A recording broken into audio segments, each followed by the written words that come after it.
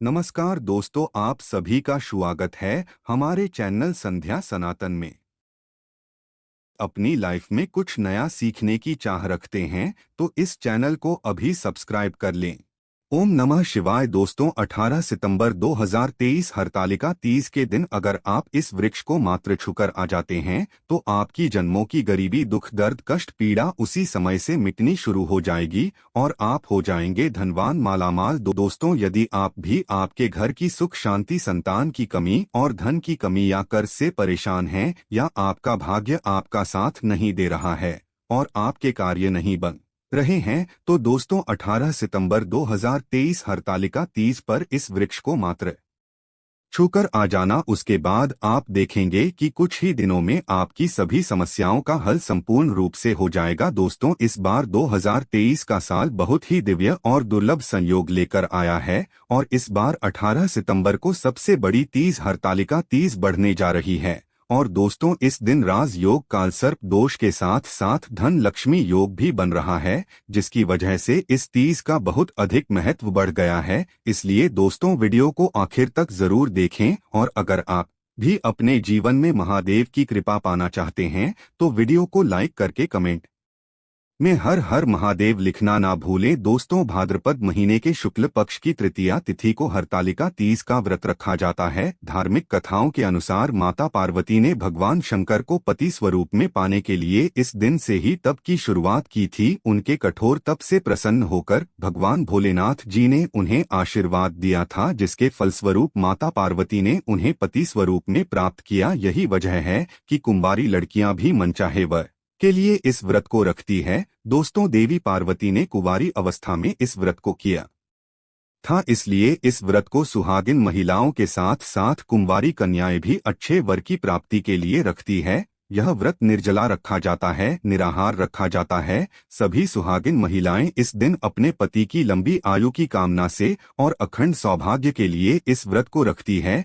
इस दिन मां पार्वती और शंकर की पूजा की जाती है। सुहागिन महिलाओं के अलावा जो कुंवारी कन्याएं हैं वह भी इस दिन मनचाहा वर पाने के लिए निर्जला इस व्रत को विधि विधान से रख सकती है। 18 सितंबर को हरतालिका तीज की पूजा के शुभ मुहूर्त इस प्रकार है। सुबह का शुभ मुहूर्त रहेगा सुबह 6:07 से लेकर 8:24 तक। इस बीच में आपको राहुकाल के समय का त्याग करना है। इसके अलावा सुबह 9:11 से लेकर 10:43 तक आप पूजा कर सकते हैं। दोपहर की पूजा का मुहूर्त प्रारंभ होगा दोपहर 3:19 से शाम 7:51 तक रहेगा। इसके अलावा प्रदोष काल का समय रहेगा शाम 5:39 से लेकर 7:09 तक।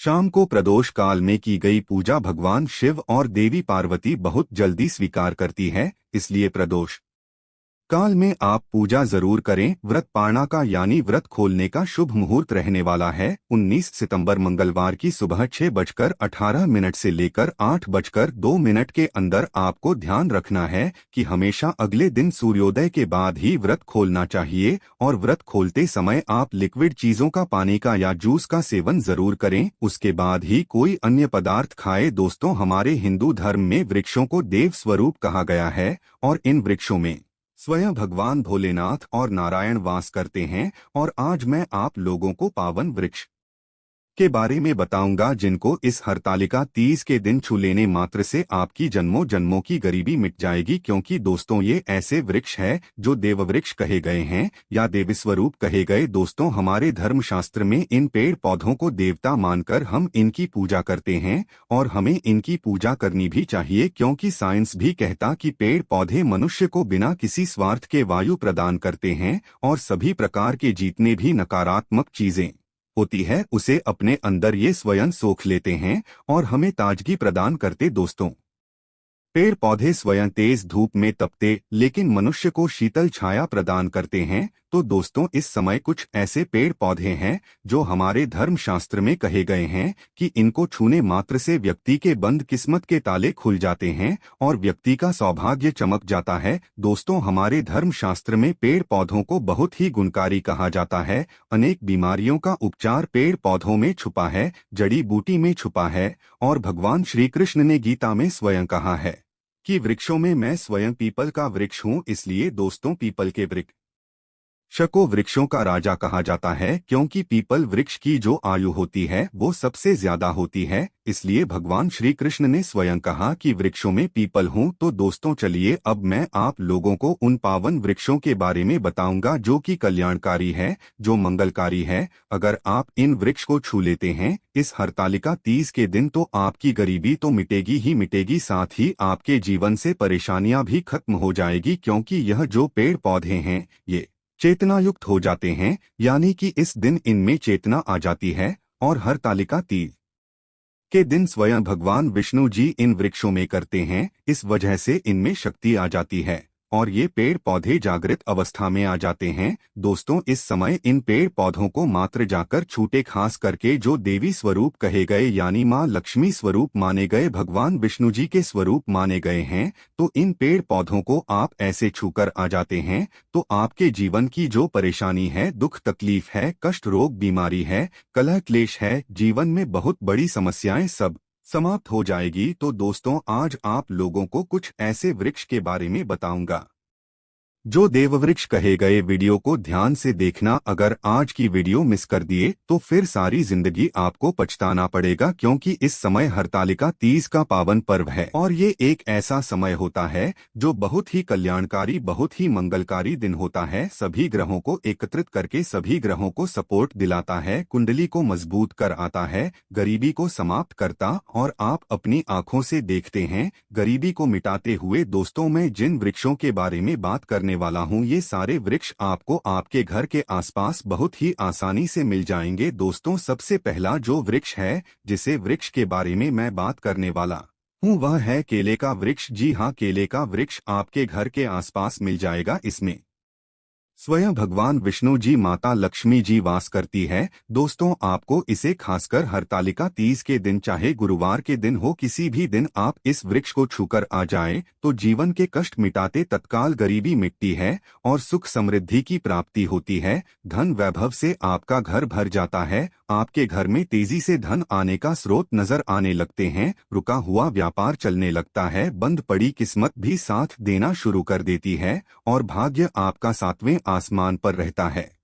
बंद किस्मत के ताले खुल जाते हैं, जीवन में सफलता आपको जरूर प्राप्त होती है, कार्यक्षेत्र में भी आपको लाभ होता है। तो दोस्तों आपको केले का शिक्षा आसपास मिल जाएगा तो इस वृक्ष को, इस पेड़ को छूकर आ जाएं। इसमें स्वयं भगवान विष्णु जी वास करते हैं। केले का पेड़ बहुत ही पवित्र माना जाता है। कहते हैं केले के पेड़ में अगर हरतालिका तीज के दिन अगर एक लोटा जल गुरुवार के दिन दिया जाए हल्दी चना किशमिश डालकर, तो जीवन में यश मान सम्मान की प्राप्ति और संतान की प्राप्ति होती है। अगला वृक्ष है दोस्तों तुलसी का पौधा। दोस्तों तुलसी के पौधे को अगर आप छूकर आ जाते हैं तो जीवन के कष्ट मिटते हैं। इसमें भी माता लक्ष्मी का वास होता है। तुलसी के पौधे को छूने से भी आपकी गरीबी तत्काल मिटती है, महालक्ष्मी की कृपा बरसती है, घर से दुर्भाग्य दूर होता है। इसलिए हरतालिका तीज के दिन पीपल के वृक्ष के साथ साथ तुलसी का पौधा भी आपको घर के आसपास मिल जाएगा, या फिर आपके घर में लगा है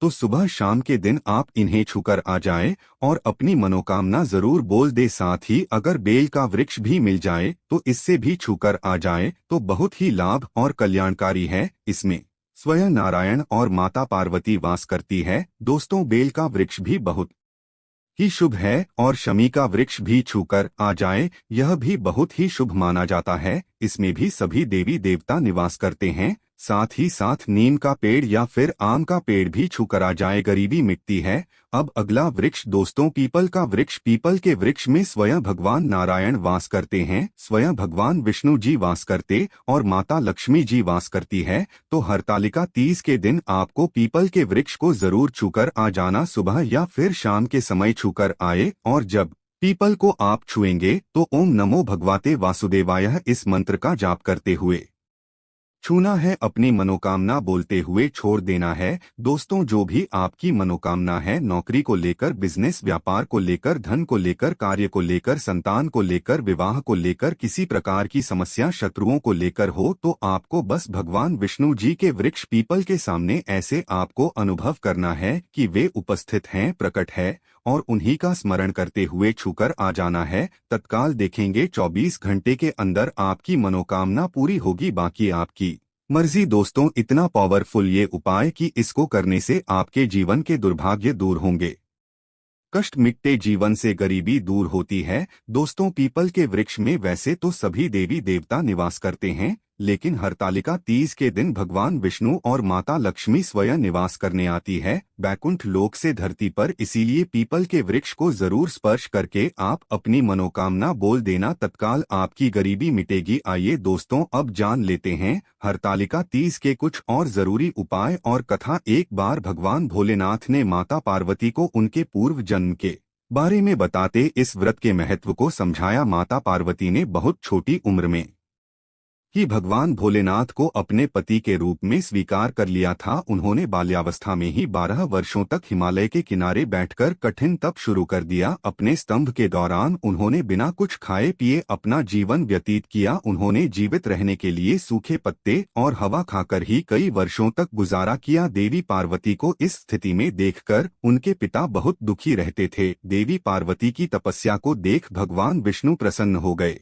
जिसके बाद महर्षि नारद उनके पिता के पास भगवान विष्णु का रिश्ता लेकर पहुंचे। भगवान विष्णु से रिश्ते की बात सुनकर उनकी खुशी का तो ठिकाना नहीं रहा। उन्होंने एक बार में ही स्वीकृति में हामी भरती। जब माता पार्वती को इस बारे में ज्ञात हुआ तो उन्हें बहुत दुख हुआ और ये सारी बात सुनते ही वो बहुत जोर जोर से रोने लगी और जीवन कहने लगी। यह देखकर उनकी सखी को आश्चर्य हुआ कि वे स्वयं नारायण से विवाह होने पर इतनी दुखी क्यों है। तब उन्होंने अपनी सखी को उत्तर देते हुए कहा, वे इतना कठिन तप और व्रत भगवान भोलेनाथ को पति रूप में पाने के लिए कर रही है, लेकिन उनके पिता उनकी शादी भगवान विष्णु से ही करवाना चाहते थे। तब उनकी सखी ने उन्हें वन में तप करने की सलाह दी। उनके कहने के अनुसार देवी पार्वती ने एक गहरे वन में पहुंच गई। वहां एक गुफा में बैठकर तपस्या करने लगी। उन्होंने स्वयं को पूरी तरीके से भगवान शिव की भक्ति में लीन कर लिया। भाद्रपद के शुक्ल पक्ष की तृतीया तिथि के दिन देवी पार्वती ने रेत से शिवलिंग रन बनाया और रात भर जागकर भगवान भोलेनाथ की स्तुति की। माता पार्वती के इस समर्पण को देखकर भोलेनाथ प्रसन्न हो गए और